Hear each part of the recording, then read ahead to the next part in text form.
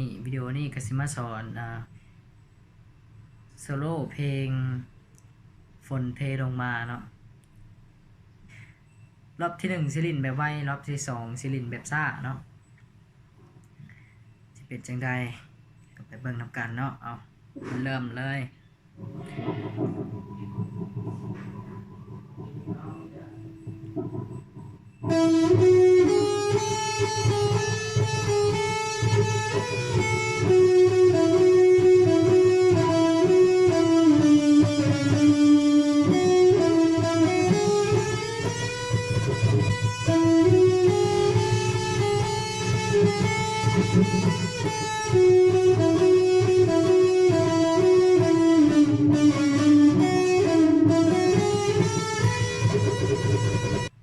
แบบซ่าเนาะวันนี้เนาะ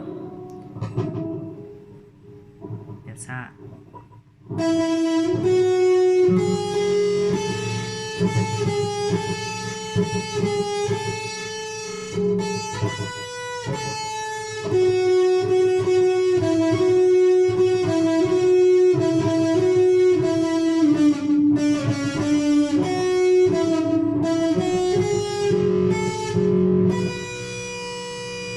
อีกตัวหนึ่งเนาะ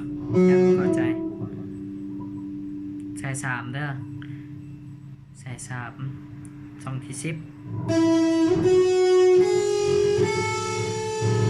ลงมาใส่2ใส่3แล้วก็เล่นลงมาใส่2เนาะบ่มีใส่1เด้อสโลว์เพลงนี้บ่มีใส่1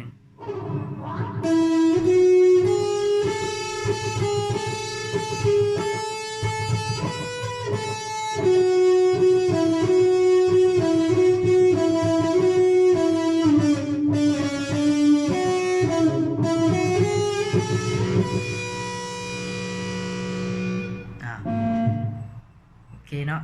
ต่อไปวันนี้สิเป็นโซโล่ทอนกลางวันนี้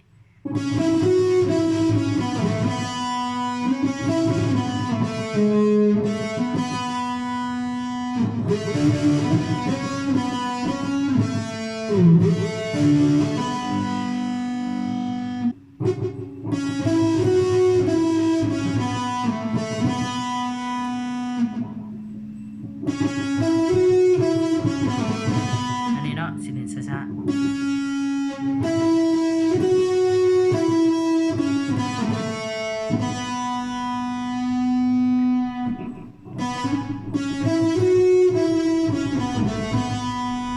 ต่อไป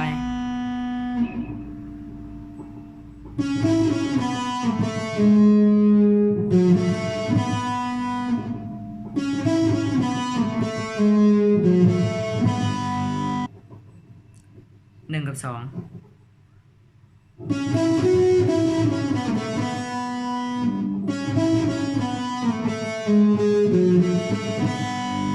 นี่เนาะ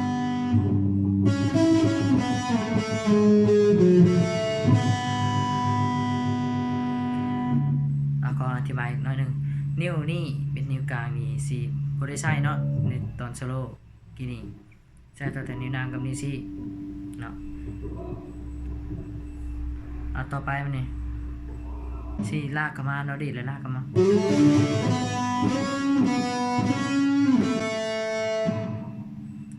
ทราบนี่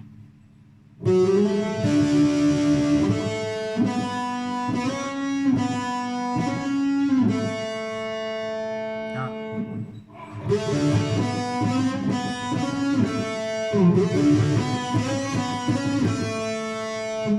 เล่นซ่าๆก็ได้เนาะถ้าเป็นแล้วก็จังขึ้นคอยเร่งขึ้นนี่มันไม่ไหวเนาะถ้าตอนเราฝึกใหม่นี่เราก็เล่นซ่าๆไปก่อนบ่ต้องใจร้อนใจเย็นๆเนาะสุดท้ายไปดิดื้อ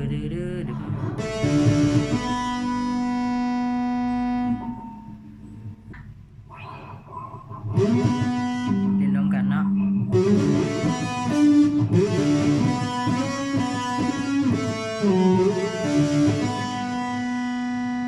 เล่นร่วมกัน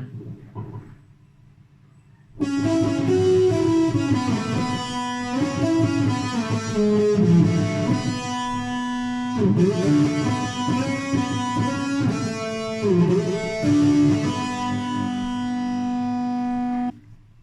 ่นร่วมกันทั้ง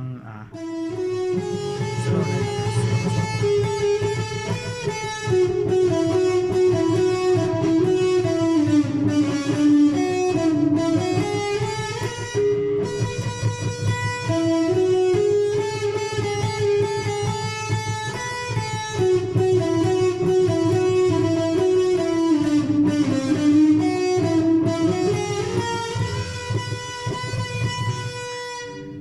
่สองอันนี้ สองโซโล่สองเนาะ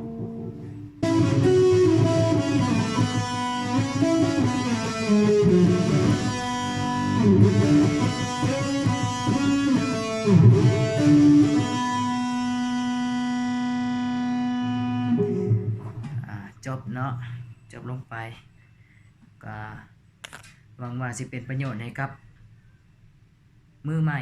มือกีตาร์ใหม่เนาะผู้ที่เข้ามาเรียนใหม่ก็ฝากกดไลค์กดแชร์กดติดตามกดกระดิ่งเพื่อแจ้งเตือนสอนคลิปหน้าเนาะคลิปหน้าสิสอนเป็นลายพินบ่หรือว่าเป็นหยังก็คอมเมนต์ได้เด้อสิอัดคลิปสอนให้อาจสิลิ้นผิดพลาดบ่หรือว่า